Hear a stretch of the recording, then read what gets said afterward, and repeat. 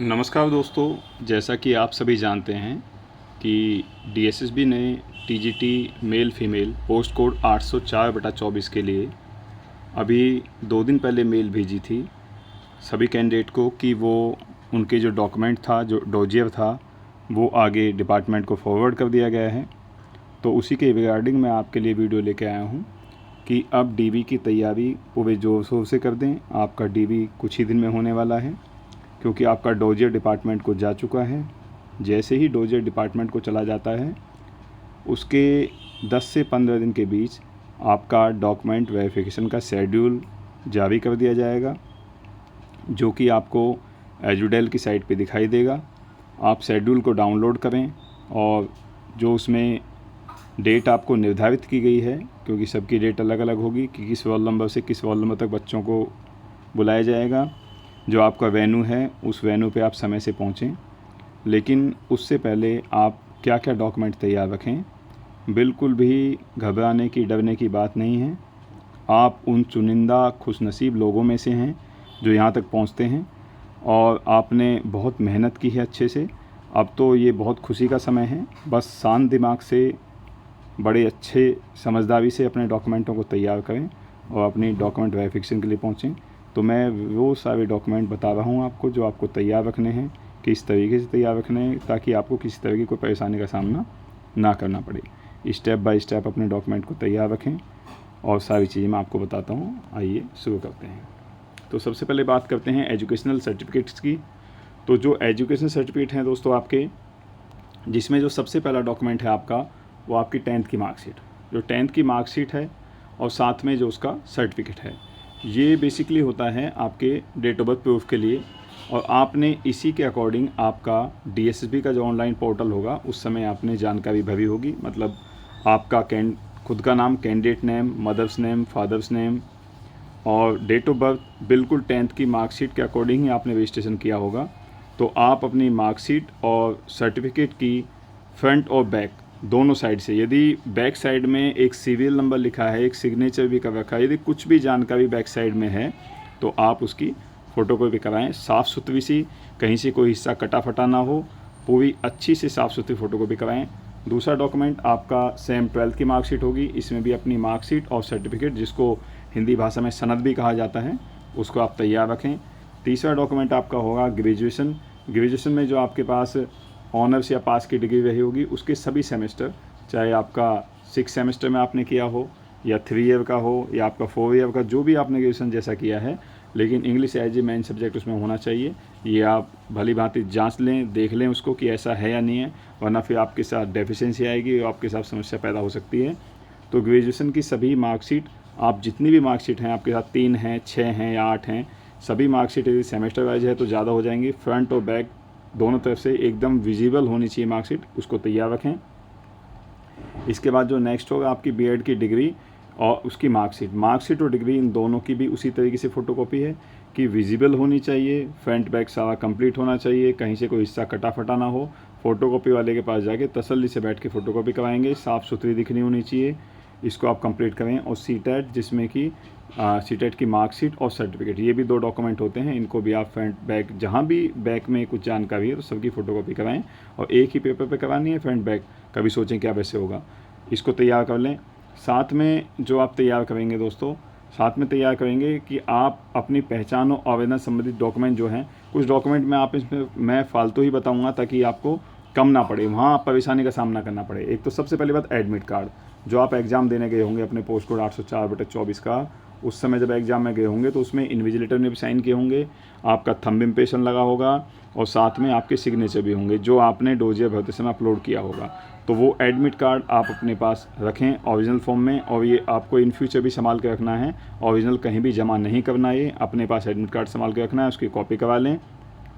यदि किसी साथी का एडमिट कार्ड खो गया है और डोजियर भरते समय था लेकिन अब खो गया है, या डोजियर के समय भी नहीं था, तो उसके लिए आप ऑनलाइन एफआईआर करवा दें। चाहे आप यूपी से बिलोंग करते हो, हरियाणा से बिलोंग करते हो, दिल्ली से बिलोंग करते हो, कहीं से भी आप ऑनलाइन एफआईआर की कॉपी साथ में रखें कि मेरा ये डॉक्यूमेंट खो गया था।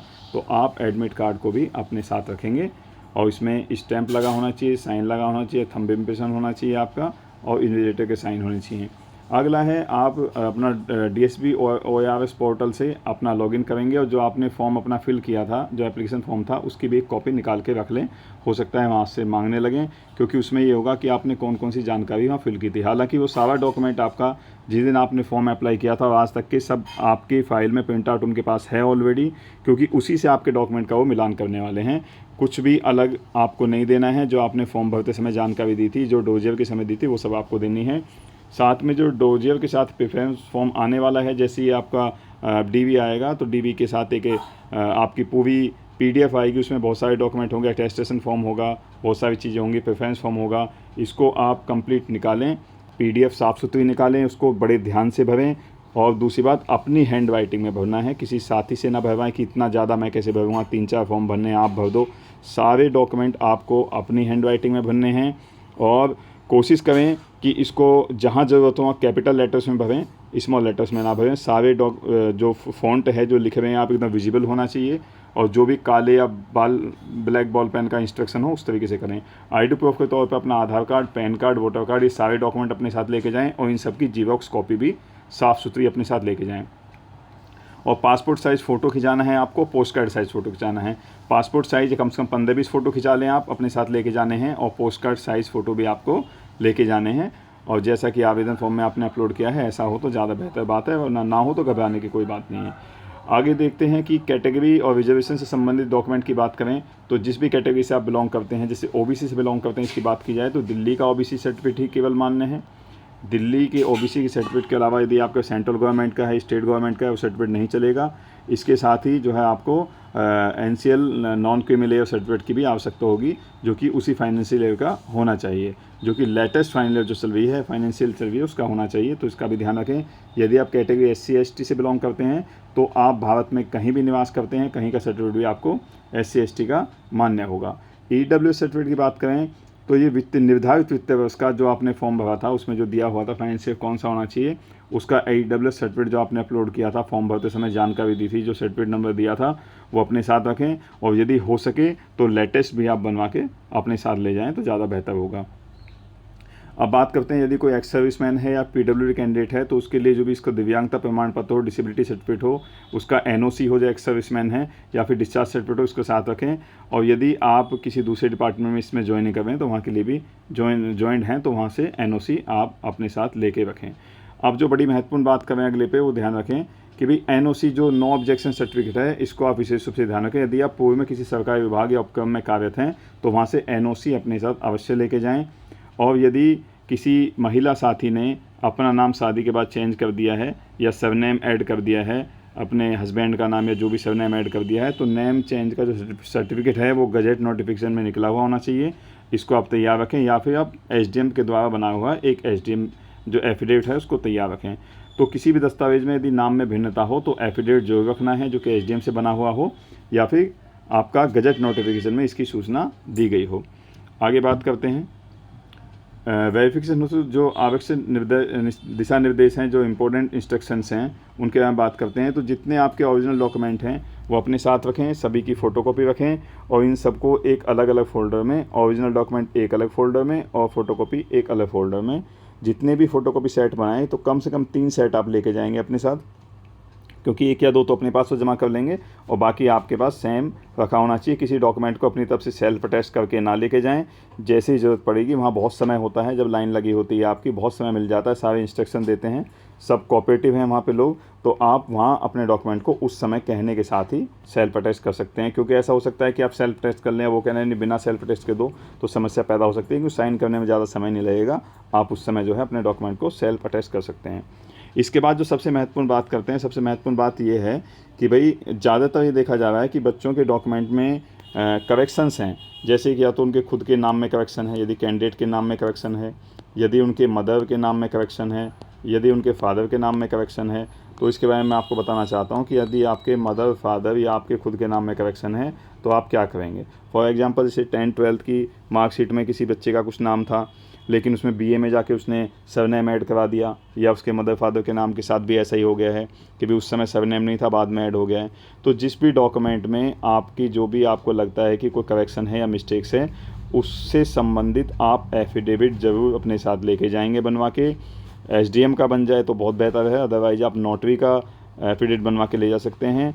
जितनी भी करेक्शन है जहाँ जहाँ आपको लगता है, यदि कई सारे स्टूडेंट की क्वेरी मेरे पास आ रही थी, वो बता रहे थे कि हमने सीटीटी में जो मार्क्स थे हमारे वो 85 थे, हमने तो जो है 87 भर दिए, या वो 97 थे, हमने 100 भर दिए।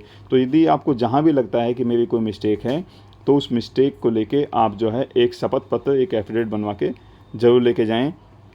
अब दोस्तों इसके बाद बात करते हैं कि डीबी के बाद क्या होगा। जैसे ही डॉक्यूमेंट वेरिफिकेशन आपकी हो जाती है तो विदिन 1 मंथ के अंदर जो है आपको एक डेफिशिएंसी जो है मीमो है या वो इशू किए जाएंगे जिनके साथ डिफिशिएंसी है, और डेफिशिएंसी के लिए प्रॉपर टाइम दिया जाएगा कि आप इतने समय में अपना डेफिशिएंसी से संबंधित जो डॉक्यूमेंट है वो जमा कर दें। और जैसे ही आप डॉक्यूमेंट जमा कर देंगे, यदि वो सही पाया जाता है ठीक है, अदरवाइज जो है एक डेफिशिएंसी मेमो दोबारा से आएगा, फिर आपको मौका दिया जाएगा। बात की जाए दोस्तों मेडिकल की, कि मेडिकल में क्या क्या होना है, तो मेडिकल जो है ये सिविलियन पोस्ट है, इसके लिए बड़ा सिंपल सा मेडिकल होता है। आप टीचर बनने जा रहे हैं तो ज़्यादा घबराने की बात नहीं है, लेकिन जो ध्यान देने वाली बात है वो है यदि आपके साथ कलर ब्लाइंडनेस की दिक्कत है तो फिर ये एक सीरियस इशू है, इसको आप ध्यान रखें। बाकी अदरवाइज सारी चीज़ें चल जाती हैं, कोई इशू नहीं है, बड़ा सिंपल सा मेडिकल होता है। और इस बार ये आ रहा है कि भाई मेडिकल जो है वो आपकी ज्वाइनिंग के बाद होगा, ज्वाइनिंग आपको बहुत जल्द मिलने वाली है। आपके ऊपर कोई क्रिमिनल केस ना हो, इस चीज़ का विशेष ध्यान रखना, क्योंकि जो पुलिस वेरिफिकेशन आपके जो पैतृक स्थान है वहाँ जाएगी, जहाँ आप रहते हैं, जो नेटिव प्लेस है, या जहाँ भी आपने कॉरस्पॉन्डेंस का दे रखा है वहाँ जाएगी। तो आप इस बात का विशेष ध्यान रखें। यदि कोई ऐसी प्रॉब्लम है तो उसका सेटलमेंट आप पहले करा लें। और दोस्तों इससे संबंधित कोई भी आपको जानकारी चाहिए तो आप जो है मेरे यूट्यूब चैनल को अवश्य फॉलो कर लें, उसे लाइक करें, सब्सक्राइब करें, और इसको ज़्यादा से ज़्यादा दोस्तों को शेयर करें ताकि मैं इंपॉर्टेंट वीडियो आपको बना सकूं, आपको भेज सकूं। तो थैंक यू वेरी मच दोस्तों।